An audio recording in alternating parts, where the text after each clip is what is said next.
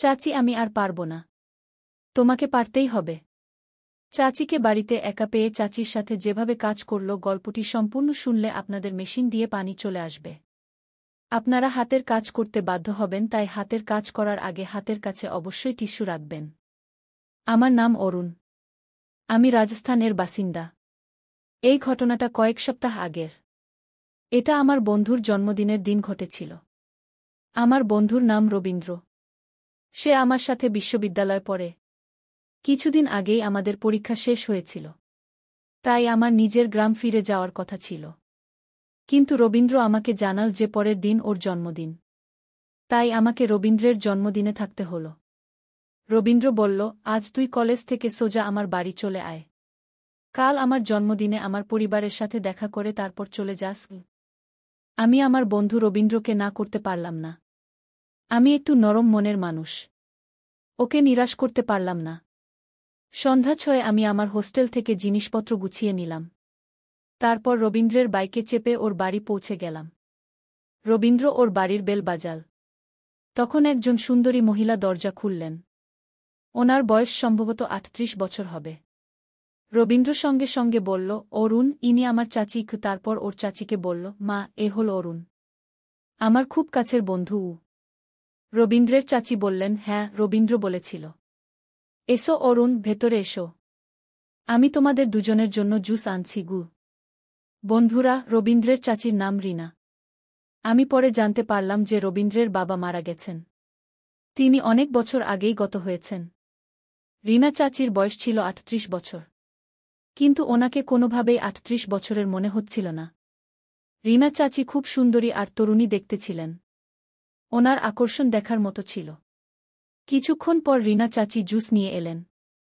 উনি আমার পাশে বসলেন আর আমার সম্পর্কে প্রশ্ন করতে লাগলেন। যখন রিনা চাচি আমার সাথে কথা বলছিলেন আমার একটু লজ্জা লাগছিল। কারণ আমি স্বভাবগতভাবে একটু লাজুক। রিনা চাচি কথা বলছিলেন, এমন সময় রবীন্দ্র বলে উঠল, মা, আমি বাজার থেকে জিনিস আনতে যাচ্ছি। দোকানদারের ফোন এসেছিল। বাকি জিনিসগুলোও নিয়ে আসব। ততক্ষণে আপনি অরুণকে আমার ঘরটা দেখিয়ে দিন আর অরুণের জিনিসপত্রগুলো রেখে দিন। রিনা চাচি সম্মতিসূচক মাথা নাড়লেন। তারপর রবীন্দ্র জিনিস আনতে চলে গেল। রবীন্দ্রের বাড়িতে রবীন্দ্র, ওর চাচি আর ওর বোন থাকে। রিনা চাচি জানালেন যে রবীন্দ্রের বোনের নাম প্রিয়া। প্রিয়া চণ্ডীগড়ে সরকারি চাকরি করে। ও ওখানেই থাকে আর শনিবার করে বাড়ি আসে। এই কথাগুলো বলতে বলতে রিনা চাচি বললেন, অরুণ, তোমার আঙ্কেল চলে যাওয়ার পর আমরা খুব একা হয়ে গেছি। ওরা দুজন বাইরে থাকায় আমার মন টেকে না। বাড়িটা ফাঁকা ফাঁকা লাগে গু। তখন আমি বললাম, কোনো ব্যাপার না রিনা চাচি, কিছুদিন পর রবীন্দ্রের বিয়ে দিয়ে দিন। যখন বোমা আসবে তখন আপনার মনও বসবে আর পরিবারও পূর্ণ হবে। এটা শুনে রিনা চাচি বললেন, অরুণ, তোমার আঙ্কেলের অভাবটা সবসময় অনুভব করি। এখন আমার বয়স ৩৮ বছর। বাকি জীবনটা কিভাবে কাটবে? আমি রিনা চাচির চোখের দিকে তাকালাম। ওনার চোখে গভীর বিষণ্ণতা ছিল। একজন জীবনসঙ্গীকে হারানোর কষ্ট স্পষ্ট দেখা যাচ্ছিল। আমি কথাটা হালকা করার জন্য বললাম, কোনো ব্যাপার না রিনা চাচি, যেমন ৩৮ বছর কেটে গেছে তেমনিই বাকিটাও কেটে যাবে। আচ্ছা চাচি, আপনি আমাকে রবীন্দ্রের ঘরটা দেখিয়ে দিন যাতে আমি আমার জিনিস রাখতে পারি। আর আমাকে ফ্রেশও হতে হবে। বাথরুমটাও বলে দিন কোথায় গু। রিনা চাচি আমাকে রবীন্দ্রের ঘরে নিয়ে গেলেন। আমি আমার ব্যাগটা সেখানে রাখলাম। এরপর রিনা চাচি বললেন, অরুণ, আমার ঘরের বাথরুমটা ব্যবহার করে নাও। রবির বাথরুমে এখন জল আসছে না গি। রিনা চাচি আমার জন্য টবে জল ভরে দিলেন। আমি আমার জামাকাপড় নিয়ে বাথরুমে চলে গেলাম। আমি স্নান করছিলাম, এমতাবস্থায় রিনা চাচি বাইরে থেকে আওয়াজ দিলেন, অরুণ, তাড়াতাড়ি নীল বোতামটা টিপে দে। ট্যাঙ্ক ভরে গেছে গু। আমি সেখানে কোনো নীল বোতাম দেখতে পেলাম না। আমি বললাম, রিনা চাচি, আমি জানি না কোথায় আছে গু। রিনা চাচি বললেন, অরুণ, তাড়াতাড়ি দরজা খোল। পাশের বাড়ির রাজেশ আঙ্কেলের বাড়িতে জল চলে যাচ্ছে গি। আমি তাড়াতাড়ি তোয়ালে জড়িয়ে দরজা খুলে দিলাম। রিনা চাচি ভেতরে এলেন আর কোণের দিকে একটা বোতাম টিপলেন। এতে জলের স্রোত বন্ধ হয়ে গেল। তারপর রিনা চাচি আমার দিকে তাকালেন আর বললেন, অরুণ, তুমি কি জিমটিম করো? আমি হালকা হেসে জবাব দিলাম, হ্যাঁ রিনা চাচি, আগে করতাম। এখন পড়াশোনার জন্য ছেড়ে দিয়েছি গু। রিনা চাচি হাসলেন।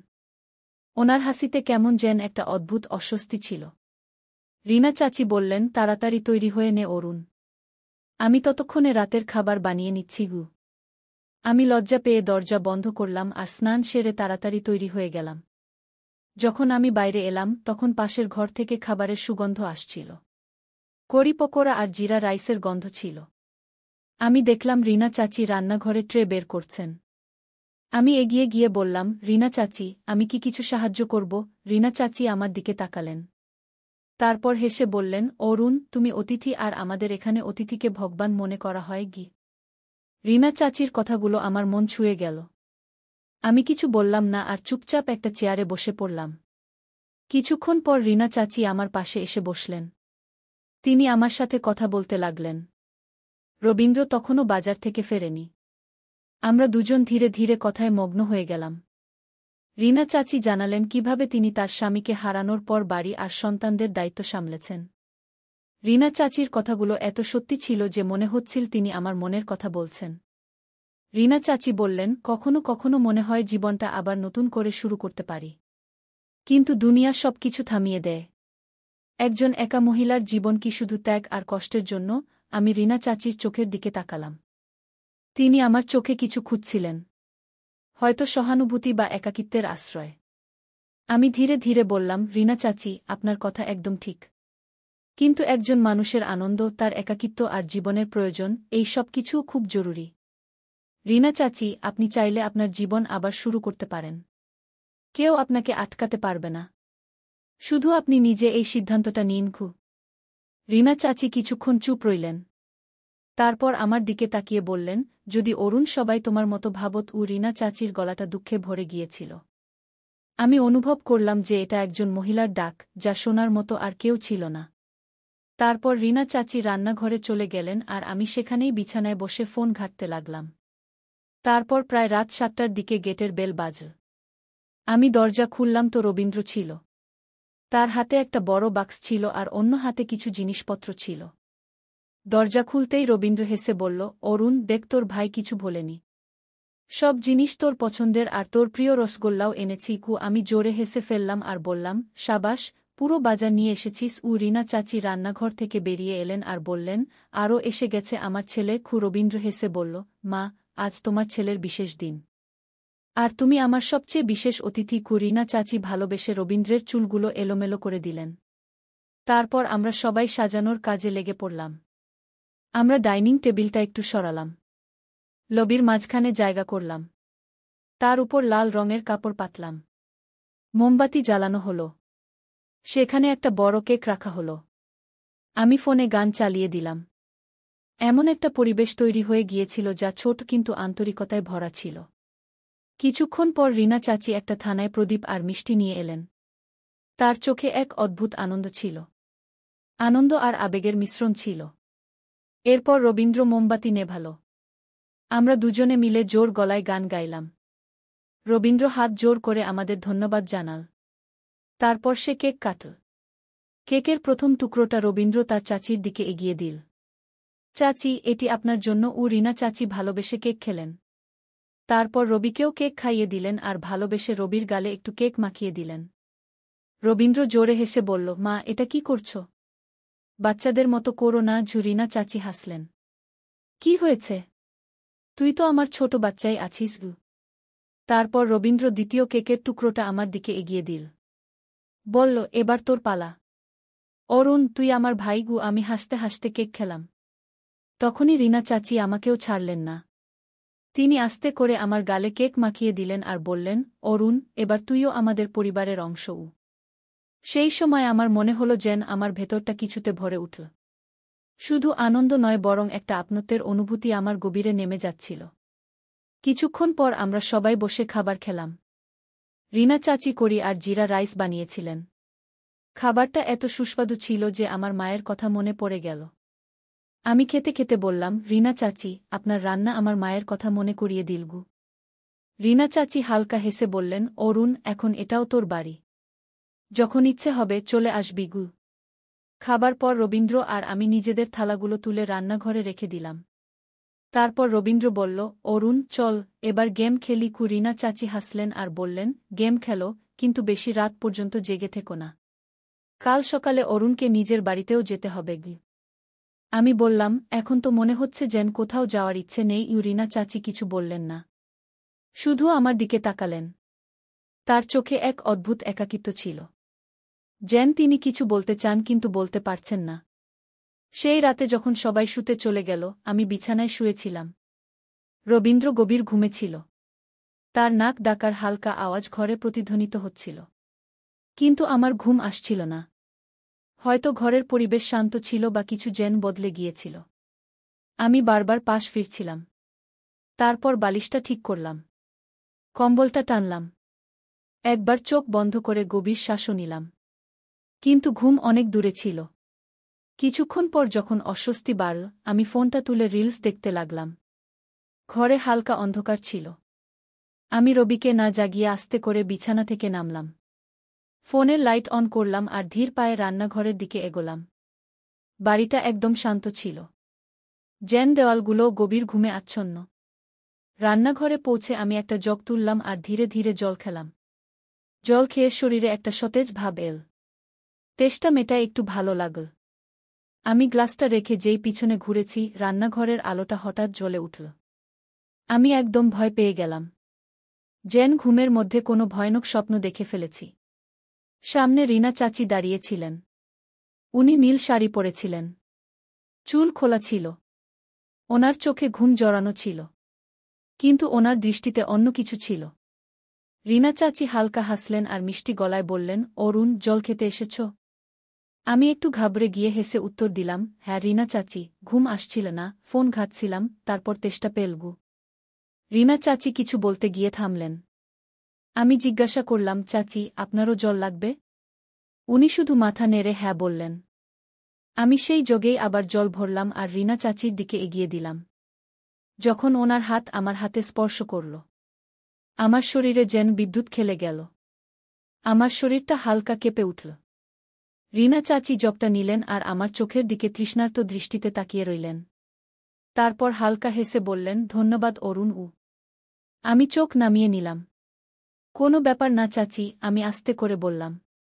2 ঢোক জল খেলেন। তারপর রান্নাঘরের দেওয়ালে হেলান দিয়ে দাঁড়িয়ে পড়লেন। শান্ত ঠান্ডা পরিবেশে এখন হালকা উষ্ণতা ছিল। রিনা চাচি ধীরে গলায় বললেন, অরুণ, কখনো কখনো এই একলা রাতগুলো খুব লম্বা মনে হয়, তাই না? আমি ওনার চোখের দিকে তাকালাম। ওনার চোখে একাকিত্ব স্পষ্ট দেখা যাচ্ছিল, যেন উনি কিছু বলছেন আবার কিছু লুকাচ্ছেন। আমি বললাম, হ্যাঁ রিনা চাচি, কিছু একলা রাত ঘুমিয়ে আসতে দেয় না। উনি হালকা হাসলেন। আমি ভাবলাম এবার ঘরে ফিরে যাই। আমি ধীরে ধীরে পিছনে ঘুরলাম আর নিজের ঘরের দিকে এগোতে যাচ্ছিলাম। তখনই পিছন থেকে রিনা চাচির গলা ভেসে এল, অরুণ দাঁড়াও। আমি একদম থেমে গেলাম। পিছনে ঘুরে তাকালাম। রিনা চাচি আমার দিকে অদ্ভুত দৃষ্টিতে তাকিয়েছিলেন আর বললেন, তোমারও তো ঘুম আসছে না গি? আমারও না গি। চলো আমার ঘরে কিছুক্ষণ গল্প করি গি, হয়তো তোমারও ঘুম চলে আসবে গি। রিনা চাচির গলায় কোনো দ্বিধা ছিল না। আমি হালকা হেসে বললাম, ঠিক আছে চাচি। রিনা চাচি জগটা ফ্রিজে রাখলেন। তারপর রান্নাঘর থেকে বেরিয়ে গেলেন। আমি ওনার পিছনে পিছনে চললাম। রিনা চাচির ঘরটা বাড়ির অন্যদিকে ছিল। ঘরটা পরিষ্কার পরিচ্ছন্ন ছিল। হালকা ক্রিম রঙের দেওয়াল ছিল। জানলা দিয়ে চাঁদের আলো আসছিল, যা ঘরটাকে আরও বিশেষ করে তুলেছিল। রিনা চাচি বিছানার এক কোণে বসলেন আর মিষ্টি হেসে আমার দিকে তাকালেন। বললেন, এসো অরুণ, তুমিও বসো গু। আমি আরামে ওনার পাশে বসলাম। ঘরে একটা শান্তিদায়ক অনুভূতি ছিল, যা হয়তো আমার নিজের বাড়িতেও পাওয়া যায় না। রিনা চাচি আমার দিকে তাকিয়ে বললেন, অরুণ, কোনো ভালো মুভি থাকলে চালাও তো গু। যতক্ষণ ঘুম না আসে আমার মনটা লেগে থাকবে গু। আমি ফোন বের করে বললাম, রিনা চাচি, একটা খুব ভালো মুভি আছে গু। একটু রোমান্টিক, একটু ড্রামা, কিন্তু গল্পটা দারুণ গু। দেখবেন? রিনা চাচি হাসলেন। তোমার পছন্দ যখন, ভালোই হবে। চালাও। আমি ফোনটা ঘোরালাম। মুভিটা চালিয়ে ফোনটা আমাদের মাঝে রাখলাম। আমরা দুজনেই বিছানায় বসে মুভি দেখতে লাগলাম। মাঝে মাঝে যখন কোনো ইমোশনাল সিন আসত, আমি রিনা চাচির চোখের দিকে মন দিয়ে দেখতাম। উনি চুপচাপ মুভি দেখছিলেন, কিন্তু ওনার চোখে কিছু একটা চলছিল। আমি এবার ওনার একটু কাছে সরে এসেছিলাম। আমাদের কাঁধ দুটো প্রায় ছুঁই ছুঁই করছিল, কিন্তু মাঝের বাতাসে এখন জড়তা কম ছিল। রিনা চাচি ওনার শাড়ির আঁচলটা সামলে নিয়ে বললেন, অরুণ, মাঝে মাঝে নিজের গলার আওয়াজেই ভয় লাগে গু। অনেক সময় হয়ে গেল গু, কারো সাথে ভালো করে কথা বলিনি, যেন মনের ভাষাটাই ভুলে গেছি উ। আমি আস্তে করে বললাম, মনের ভাষা কেউ ভুলে না চাচি উ, শুধু শোনার আর বোঝার মতো একজন লোক চাই উ। এটা শুনে রিনা চাচি কিছুক্ষণ চুপ করে গেলেন। ওনার মুখে হালকা হাসি ছিল, হয়তো এই ভেবে যে কেউ ওনার কথা বুঝতে পেরেছে। বাইরে ঠান্ডা হাওয়া বইতে শুরু করেছিল। জানলার একটা কোণ হালকা কাঁপছিল। ঘরে ঠান্ডা হাওয়া ঢুকছিল। রিনা চাচি জানলা বন্ধ করে বললেন, ঠান্ডা খুব বেড়ে গেছে অরুণ গু। উনি পাশে রাখা কম্বলটা তুলে গায়ে জড়িয়ে নিলেন। রিনা চাচি আমার দিকে তাকিয়ে জিজ্ঞেস করলেন, অরুণ, তোমার ঠান্ডা লাগছে না তো? আমি বললাম, না চাচি গু। তখন রিনা চাচি কম্বলটা আমার দিকে বাড়িয়ে দিয়ে বললেন, চুপচাপ নাও, খুব কথা বলো গু। আমরা দুজনেই হেসে ফেললাম। এখন আমরা দুজনেই এক কম্বলের নিচে ছিলাম, কিন্তু আমাদের মধ্যে একটা বোঝাপড়ার দূরত্ব ছিল। রিনা চাচির গলার স্বর হালকা হয়ে গিয়েছিল। মাঝে মাঝে মনে হয় যেন আমি নিজের থেকে পালাচ্ছি গু। তোমাকে দেখে পুরনো স্মৃতিগুলো তাজা হয়ে যায় উ। কাউকে নিজের মতো মনে হয় গি। আমি রিনা চাচির দিকে তাকালাম। ওনার চোখে জল ছিল। আমি আস্তে করে জিজ্ঞেস করলাম, রিনা চাচি, আপনি কি কখনো কাউকে এত ভালোবেসেছেন যে নিজেকে হারিয়ে ফেলেছেন? রিনা চাচি কিছুক্ষণ চুপ রইলেন। তারপর উনি মাথা নিচু করে বললেন, অরুণ, অনেক আগে, কিন্তু তখন বয়স খুব কম ছিল উ। এখন আমাকে বোঝার মতো কেউ নেই গি। অরুণ, আমি যদি তোমাকে কিছু বলি, তুমি কি শুধু শুনবে? কোনো অজুহাত না দেখিয়ে গি। আমি ওনার চোখের দিকে তাকিয়ে বললাম, রিনা চাচি, আমি আপনার কথাই শুনতে এসেছি উ। রিনা চাচি আমার কথা শুনে চুপ করে রইলেন। ওনার মুখে একই সাথে অনেকগুলো ভাব ফুটে উঠল। লজ্জা, কিন্তু তারপরেই সাহস।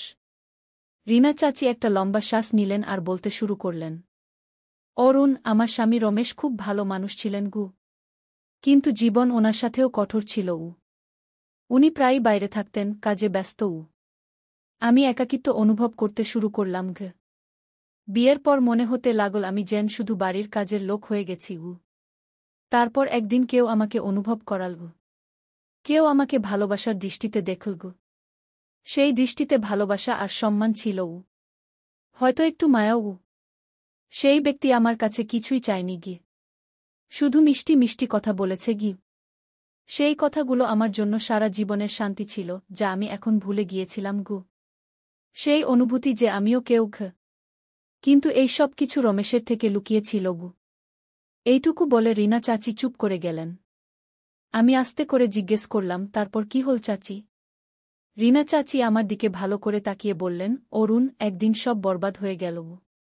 কেউ আমাদের দেখা করতে দেখে ফেলেছিল আর রমেশকে সব বলে দিয়েছিল উ। আমি কোনো ভুল করিনি অরুণ গু। শুধু একটা টান ছিল উ। কিন্তু একজন মহিলার টানও কি অপরাধ?